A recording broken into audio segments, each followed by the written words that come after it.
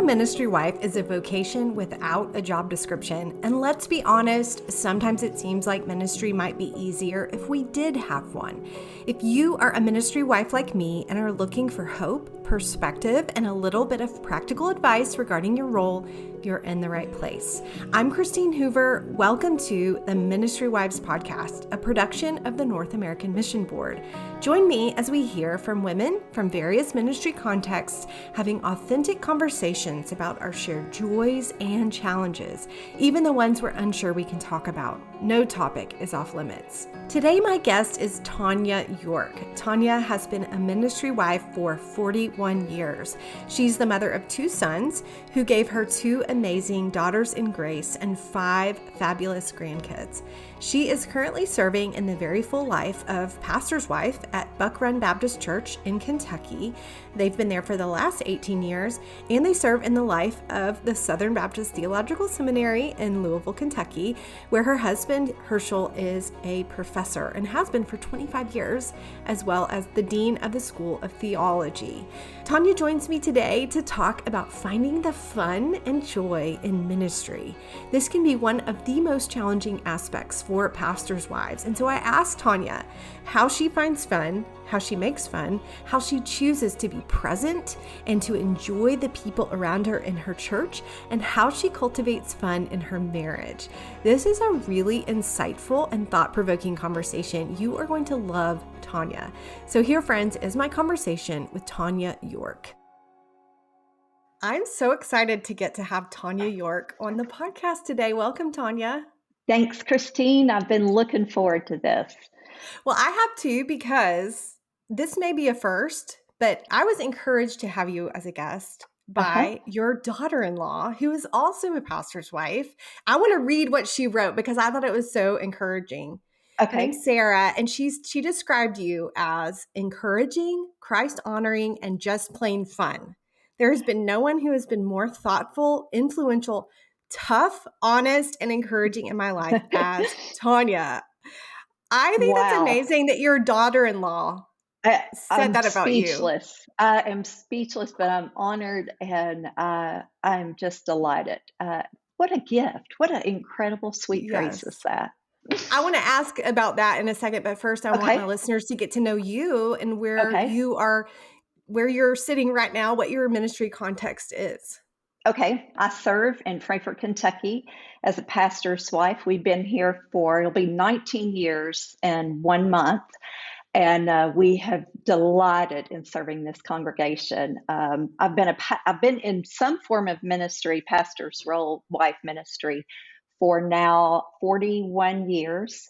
My husband also currently is a professor at the Southern Baptist Theological Seminary, and he's the dean of the School of Theology. So I get a couple of places where we get to have ministry opportunities. But we live in the city of Frankfort, and it's central Kentucky. So we're right in between Lexington and Louisville, Kentucky. And so central Kentucky area is where we draw from and serve in the community around there. And we love it. I've loved every facet of ministry, and especially right now getting to do multiple things like this is really fun. That's kind of fun that you have 2 different things. It that is. You can. It so really I'd is. love to know what your sweet spot is in the church world, and I'd love to know what your sweet spot is in the seminary world. Okay. I love it because it really is 2 different worlds. But I have to say, I love the church, and I love serving in the local church, and I love all the ministry that provides. At Buck Run, I love serving in community and with people. I really enjoy relationships and building relationships within my church body. I teach, and at our church, we do block teaching and not classroom teaching, where you just get one group of people and it's the same group and you just do life all 3 with them. It's like a 6-week or a 12-week kind of course that I will teach. And so it's really a different formula. Yeah, I like that. I like it. And so I get all different stages and ages of women that are coming into the classroom, as opposed to the other ones. So we have community groups. So I'm still in relationship with those people, but it'll be like I will teach 6 week in James or something, or Oh, yeah. typically some book of the Bible is what I end up doing. I did Mark not long ago, and Joshua, so I really like that. Wow. So I love getting to teach. I love doing things at our church, again, that are around community things. We're now doing something monthly called Equipping Women, where it's a real low level of commitment from women to basically just show up that night. And we have a surprise guest speaker who will do a Bible focused lesson, but it's so we can get people who aren't really connected to a church, even the first like entry level thing. And so Yeah. yeah, Mhm. it's actually worked really well. It's a feeding ministry. We Mhm. just do coffee and conversation and community, and then Christ. So it's all in there. Now at seminary, basically, since Herschel serves as the dean, it pulls me into a lot of socializing kind of events and things like that. But I teach at Seminary Wives Institute. Oh. It's a Yeah. certificate program, which is awesome. Been doing that now for 25 years, but I teach strategically marriage and family, and that's my class. It's a 6 week elective, and I love doing that. So that That's comes up great. about once a year. I have that, and then we do an essentials program where it's the basics of ministry. So I do both of those things, and then I'm also a trustee at North American Mission Board. And so Oh, I don't know if you knew that. well, Yeah, so I've got a lot of things I love doing in ministry. yes, you do, it sounds like. Mhm. Okay, so now I wanna go back to the daughter-in-law question Okay, all because right. Yeah, you have 2 boys, right. and they're both married, and your Hmm. daughter-in-law, as we already mentioned, submitted your name and Uh-huh. was glowingly telling me about you. Shoo, how So sweet. what have you done to invest specifically in your daughter-in-law relationships?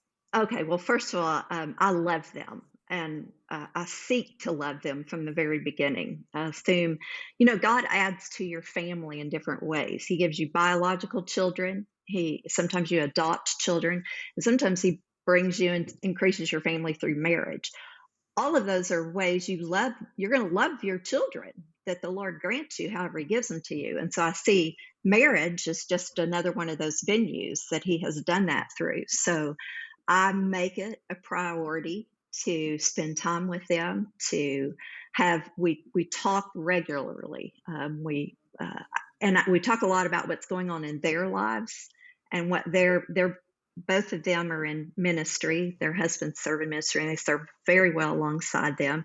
So I don't just love them because they married my sons and they have given me grandchildren. I love them because we're friends, and we Oh. have we have forged friendships, and we look for sweet common ground there to enjoy each other on. That both of my girls are the only thing they really have in common is they love Jesus and they love their families, but they're very, very different girls.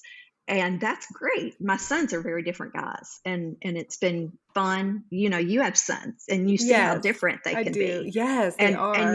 you love those unique bends in each one of them, and so you try to find a way to feed that bend with that child. Well, I do that with my girls, and so we find Mm.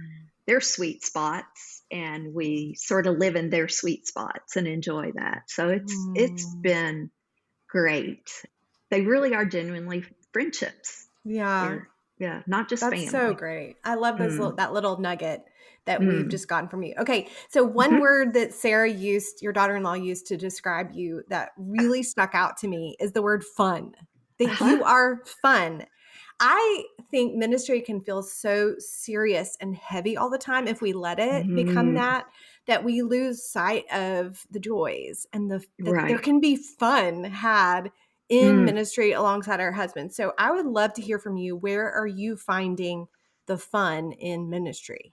All right. Well, first off, I would just say anywhere I can, because you are right that ministry can hold such weighty times. And I there's something I take sin very seriously, and confronting sin in my own life and my own heart, but I don't take myself too seriously. And I've learned to laugh about things in ministry, and especially myself in ministry.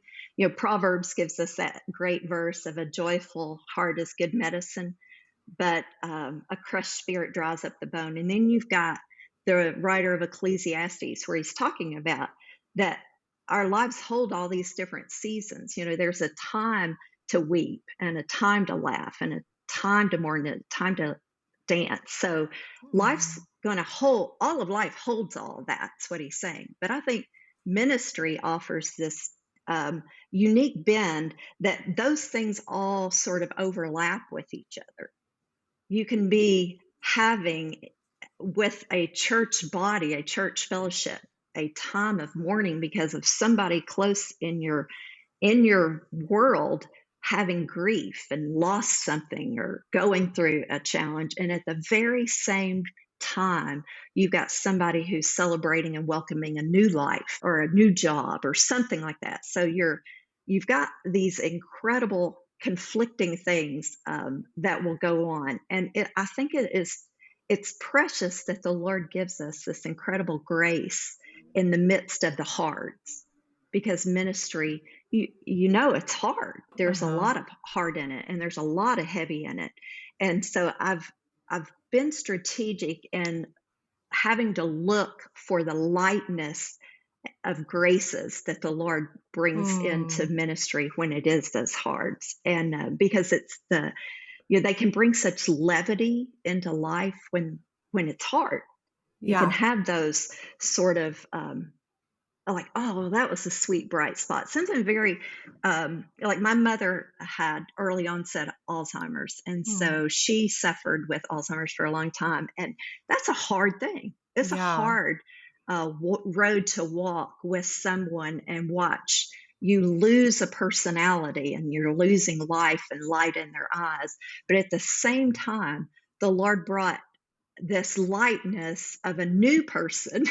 I don't know how other to explain it. It's like I got a second Ye mom who was, yeah. I got this same mom who was disappearing, and then I got a little bit of a crazy mom who was appearing, and it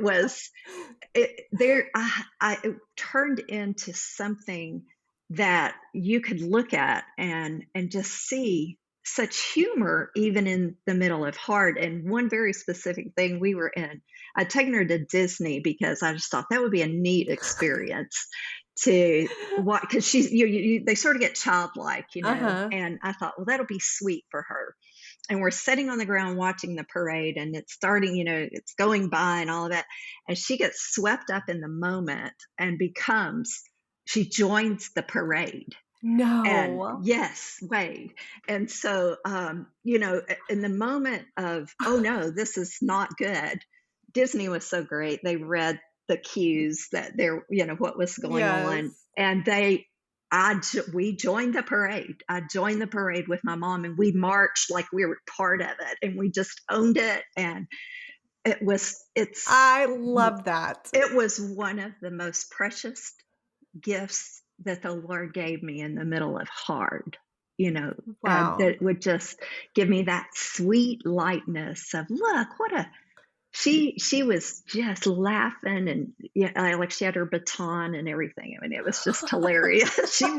She was all in. I love that. So, And I wanna talk about that, but I wanna go back to uh-huh. something you said at the very beginning. You said, "I don't take myself too seriously." Right, I right. think that that is a really hard thing to do as a pastor's Mhm. wife because you Mhm. feel not just the weight of ministry and what people around you are going through, but Mhm. you feel like you sometimes the weight of feeling like you need to perform or Right, you need to be what people want you to be or show up for right. what people want you to show up. And I think you're saying that's not even on your radar. You're No. you're saying so how did you get to that point where you could say, "I just don't take myself too seriously?" Yeah, I think, I'm 61, so age brings a lot of that with you and experience. So having been 40, almost 42 years now in ministry, you begin to discover what has been there all along, and you just didn't know it. That you then start walking in a way where you go, this I cared too much about Yeah. certain things that I shouldn't care about. And people people want to give you grace in general and things, and they like people who have a lightness about them and don't take themselves too seriously, and they don't that helps people Yes, it to gives them to the freedom to that's do exactly that. right, Yeah. and if you're serious, I see some ministry wives who are just so serious all the time, and I just wanna go, "Look, just lighten up," laugh when your kid does something that's so humiliating and ridiculous because you're that's what's going to happen, and Yes. you're gonna say crazy things, even sometimes, like unbiblical things that you cannot live and perform perfectly. Yeah. Instead of go, wow, like it's funny, this last season that I taught a Sunday school class, I looked back at notes of when I first studied it, and I remembered teaching something that I believed at the point, like, oh wow, this is deep truth. And then now look at it and I go, oh, that was so heretical. I cannot believe I taught that. You have to know that you're going to grow spiritually, Mhm. emotionally, and all those things. And just look, sort of let yourself be that and do that. Like Mhm. people sort of make fun of me. I have a joke that I say I dye my hair blonde, so when I act so spacey and dumb, it makes perfect sense to people. So that they're just like, There oh, you well, go. that's yeah. So it works for me. But they know that I can be fun and silly and love them and be serious about confronting sin at the same time. I think those things, you need that balance in your life Yes. Yeah. that helps people feel hope Yeah. and and Yeah. joy even in the Mhm. hearts of things. I think that reflects the heart of God, that Absolutely. he delights in us. I think Yes. he sometimes I just imagine him just getting so excited when someone Mm. discovers him or discovers Yeah. something new about him. I think Right. that's who he is. Mhm. He is a delighting God, and he Yeah. also takes sin seriously, but even Right. that, he comes alongside us and says, "You can't do it, but I'll do it. I'll do it in Yeah. you." Right. Right. So, it's all taken care of. Just Mhm. relax, you know? Right. Right. So I think that what you're saying reflects God, and it shows Mm. a maturity that we can Mm. get beyond taking ourselves too seriously. Mhm. But I think also I wanna ask is what you're saying about looking for the fun, looking for Mhm. those moments. Sometimes the Mhm. weight of ministry can pull us so far toward the hard, so far toward the Mhm. mourning, when people around us are experiencing such difficult things. It can be hard to even have eyes to see it. So Mhm. I'm wondering see the good. And so I'm wondering, Right. are there specific practices that you do Yeah. that help you in that? Yeah. Yeah, there's a couple of things. First of all, I have fun with my spouse, and we put on the calendar a getaway or a vacation time that I know we keep that in the cycle of our life. So it gives us a respite to sort of go, whew, because if you don't get away with your spouse, if Herschel's father used to say all the time, if you don't come apart from ministry every once in a while, you'll come apart in ministry. Mm, And so so true. so we just sort of we come apart and we reconnect with each other. We do things like we play games, we go on a fun vacation. But I get that on the calendar because I in the center of when life is really challenging and really hard and a bunch of things are all hitting at once, I have before me, uh, there is a light at the end of this tunnel where I'm going to get a respite. So Uh-huh. it helps me hang. That's a personal thing that I sort of Uh-huh. need for me to do. But then I know this sounds kind of silly, but I look for the uniqueness of and the quirkiness within my church body that I can sort of learn to delight in. Christians can be quirky, and you see you see that all through the Bible. I mean, you've got great examples of quirkiness. John the Baptist. Can you even imagine what he must have been Uh-huh. like in person? So that doesn't mean that's a bad thing. That just means there's a uniqueness in it. And so I look to find even delight in that uniqueness and quirkiness within my church body of people. And in the when they are giving me moments of hard, I can I can learn to sort of love them over that because of seeing them in a unique way. Is that making sense? Well, can you That give an example of maybe a yes. quirk that you're talking about? Okay, like, for example, I have a lady, she has passed away now, so I feel free. I won't call her by name, but, she would hunt me up on a regular basis at church, and she was one of those women who did it went church doors are open, she's gonna show up. Uh-huh. So she would hunt me up, and she would just go off on all the complaints that she does about life and about the church, and "I wish we still did this," and "Don't you wish we still did that?" And I found myself I'd even ask the Lord, Lord, please don't let me run into her. She drives me crazy. Well, now what kind of prayer is that? That is just so odd. And so then I just thought, Lord, help me see her uniqueness and even her quirkiness, and sort of help me to figure out a way to love that uniqueness, or at least handle it, and be able to grant her grace and those things, and sort of do it. And so I did this weird mental game. I know it sounds kind of strange, but I learned to brace myself knowing that she's coming. Uh-huh. You're going to get those people, and they're going to show up typically over and over again in your life. And so I braced myself for her coming. And so I mentally prepared myself to love her and expect her to do those things. And so I came up with like a sort of like a phrase that I would incorporate into our conversation that sort of just reminded me, don't take her too serious and don't take yourself too serious. And like she would be like, can you believe this is, and don't you miss that? And I go, get out. You do not mean that. And I would just put that phrase in there somewhere. And that would be my thing that would just go, or I'd go, shut the front door. And she would, she, and it would just sort of lighten me from that moment of feeling that intense anger and complaint. And, Uh-huh. I don't like complainers at all. And I found myself just being so frustrated with her. Uh-huh. And I learned that frustration's on me because she's not Oh, acting out of character. That's who she is.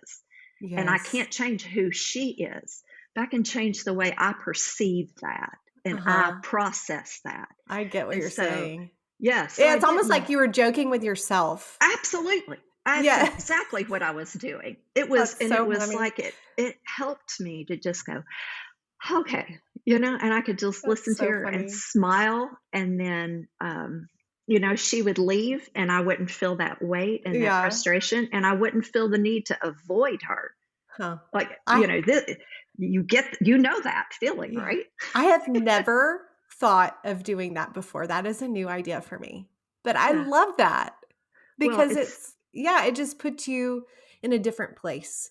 it really does. It starts you out with a different heart than, it's like a dreading heart that you enter into if you don't prepare your heart to That's not be right. have that Yeah, dread. I would love to know more about how you engage people at church because I think Mhm, you're talking a lot about choosing to be mhm, grateful, choosing to see the best, choosing to bring fun and lightheartedness to mhm. the situation. So, how do you do that? How do you really enjoy the people around you? Let's say O on a Sunday morning. Okay, on a Sunday morning. Well, first of all, I work hard to build relationships that are outside of just Sunday morning. So that way, I cannot say enough about doing things like mission trips with your church body, Hmm. doing international mission trips or domestic trips, because you serve with people and it puts you in situations that make you see people in a different light and helps them Mhm. see you in a different light. They get to Yes. see you a little more human than that. So I look for and engage in as many opportunities as I can possibly do. And we did, even when our boys were young, we engaged in both of those things. But even say with our student ministry, I will do things that will do lighthearted things, like we have a amusement park, Kings Island, that's in Ohio, and our students go there once a year, and I would put that on my, you know, on my radar to go to Kings Island with the students and do the coaster rides.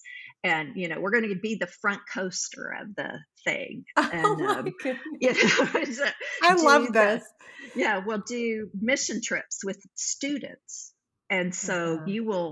they will see you in a very, very different way. And, things happen on mission trips that are completely unplanned and Yes. frustrating. And Right. so you have to figure out a way to turn those frustrations into fun things. We went to the jungles of Manaus, Brazil, and it's 100% humidity. It's over 100 degrees. It's super, super hot. And we're with this group of students, and we're working to build a camp there. And it's muddy, muddy, muddy to the max. It's just hot. I can't even tell you. Well, anyway, our washing machine broke. Oh And so no. we became the washing team. We formed a washing team, and we got a song and a dance routine that we performed, and it turned what was frustrating and awful into something that, this happened, I'm thinking now, maybe 8 years ago.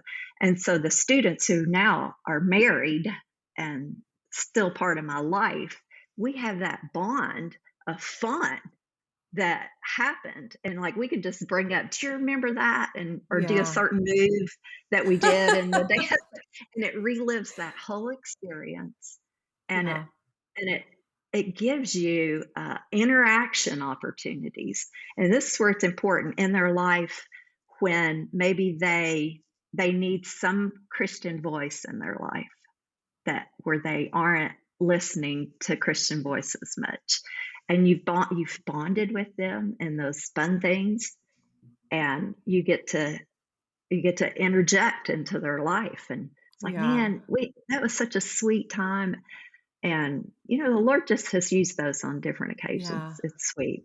I just think that a truly joyful Christian Mm, is so unique. That kind of person, that what you're saying about a teenager seeing that, mhm, and then when they're going through something serious and difficult, they're like, there's mhm, something, there's joy there, true joy. right.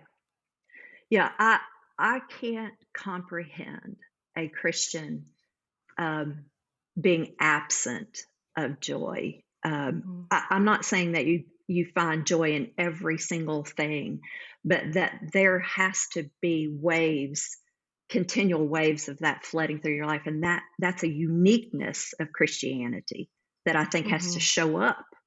That Mhm. draws people to Christ. It says, "In His presence is fullness of joy." And Mhm. so I don't leave his presence, and he doesn't leave my presence. And so the possibility to have a joyful heart, even in the middle of some very, very hard things, are choices that a Christian gets to make and should make. Mhm. And and Yes.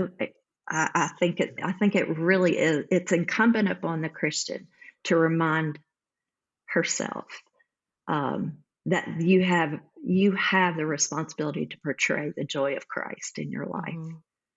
Can you speak to the sense of duty that sometimes we Mhm, feel? There's such a contrast to what you're saying, mhm, and I think about my daily rhythms, my weekly, monthly rhythms in ministry. It can easily become routine or rote and mhm, even a duty to me. mhm, mm. Ho how do you combat that? Because I would imagine, I mean, I was thinking a while ago, "Tanya, do you ever get grumpy?" And I'm sure that you do. Oh, But yes. how do you combat that sense of duty in ministry and instead remember that there's delight and joy in what you're doing? Mhm. I have a conversation with the Lord in my heart and my mind. It that verse where it says, asking things continually with thanksgiving, and so I'm keeping in my brain that the Lord is not surprised by what's happening in my life. H.B. Charles preached a sermon one time. He preached it at our church, that he said, words you'll never hear God say. Wow, I never saw that coming. Yeah. And that was so refreshing to me. And so I keep a conversation in my heart and my mind. This did not surprise the Lord.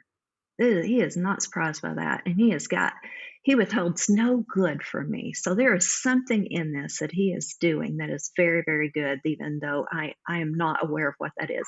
And then I just say, Tanya, don't mess that up. Don't mess up that good. Don't miss it. Don't mess it up.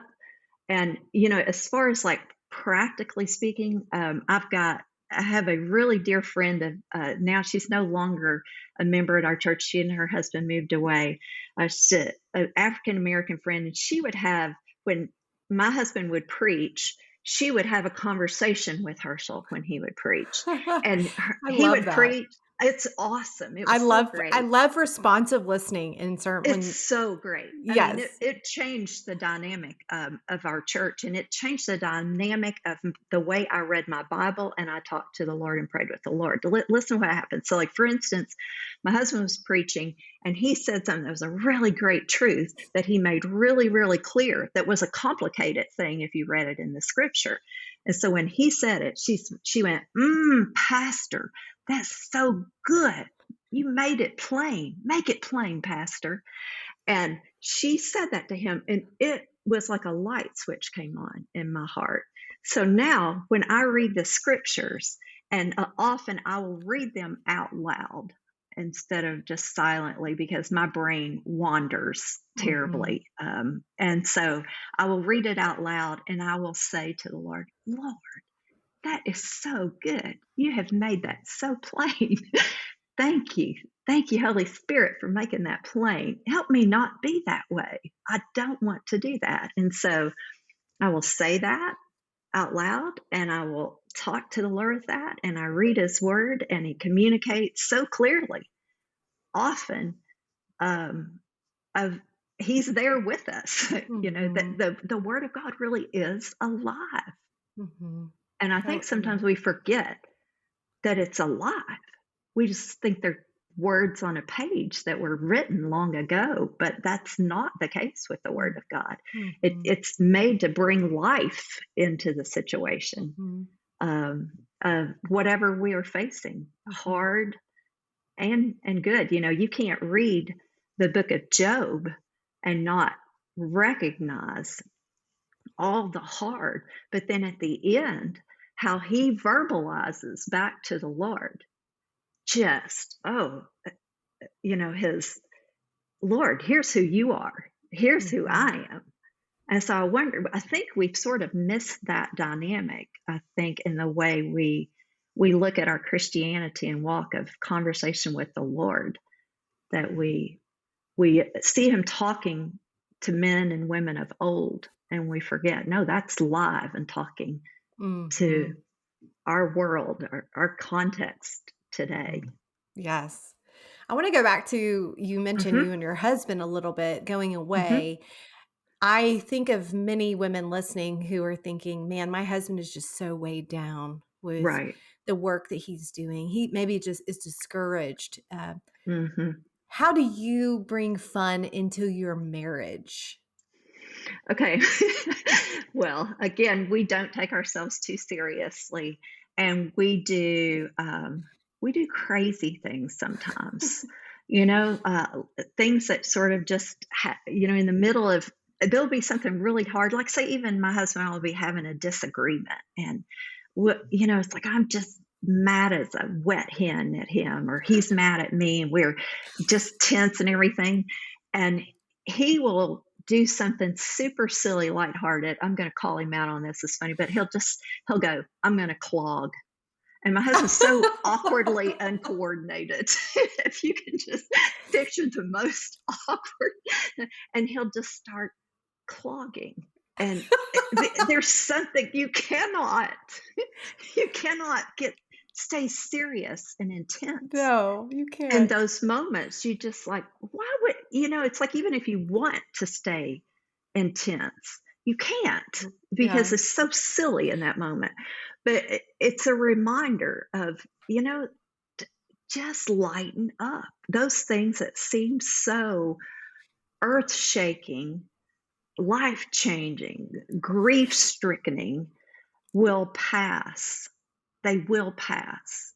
Mhm. And you've just got to sometimes not let that be 100% weighty. And Uh-huh. like, we will even do something, we call it hyperconnect, when we're in a season of either a terrible trial going on in ministry, something awful, either a challenge in the church or a challenge in your family, so whatever it is.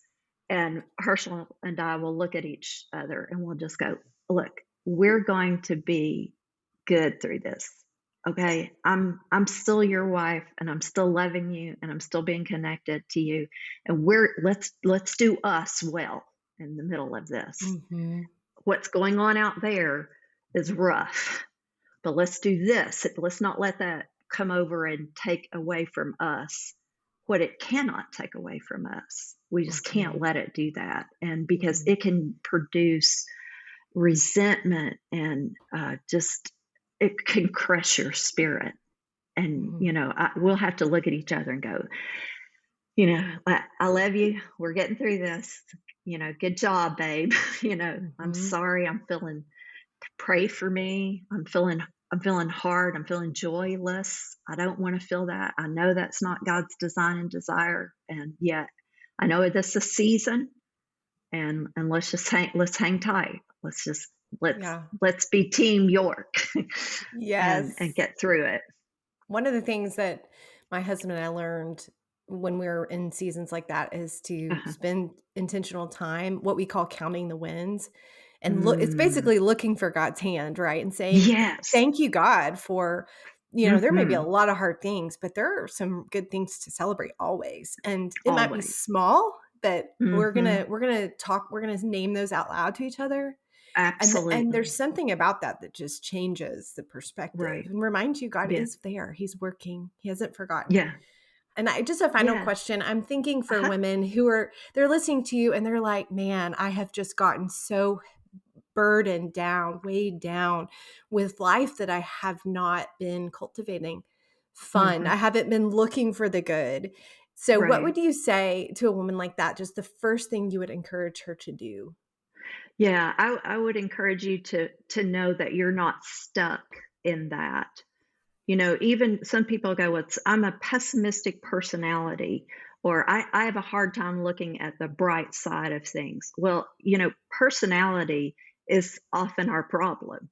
So you can't ever use your personality as an excuse. Uh-huh. Sanctification is what the Lord helps you use to overcome your personality problems.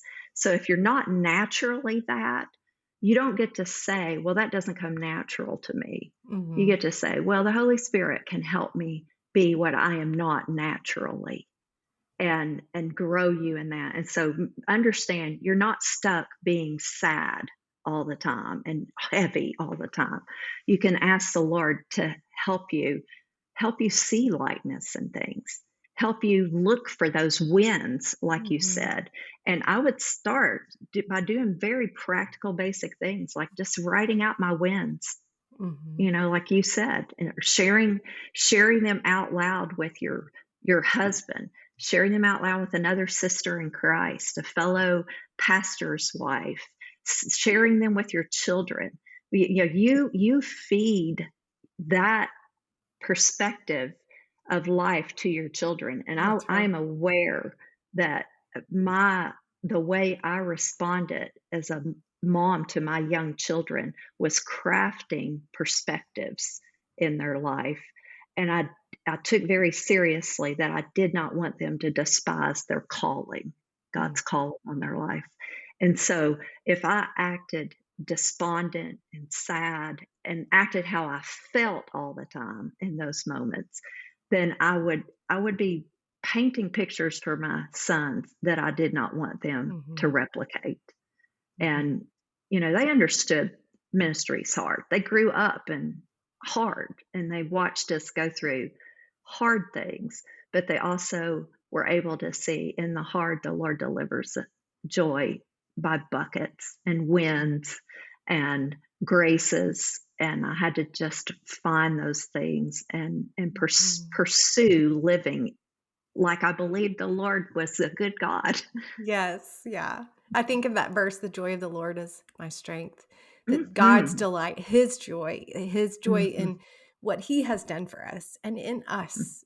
That is Hmm. something that can carry us along even through Hmm. really difficult things. So I'm so Hmm. glad we had this conversation. This has been Me super too, Christine. fun, no Oh, pun yeah. intended, but helpful in Mm. thinking through how do we approach ministry? How do we approach life? How do we approach marriage, children, that kind of thing. So thank you, Tanya, for joining me.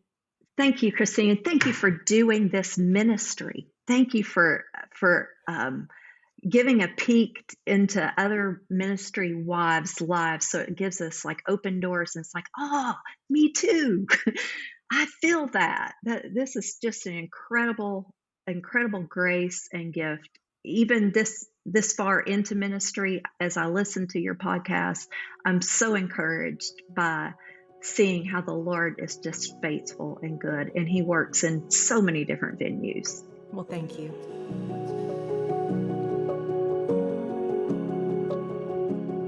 Thanks so much for listening to the Ministry Wives podcast, a production of the North American Mission Board. If you found this content helpful, please subscribe, rate, and review us on your podcast platform or share it with a friend. You can find this podcast and other helpful resources at ministrywivespodcast.com.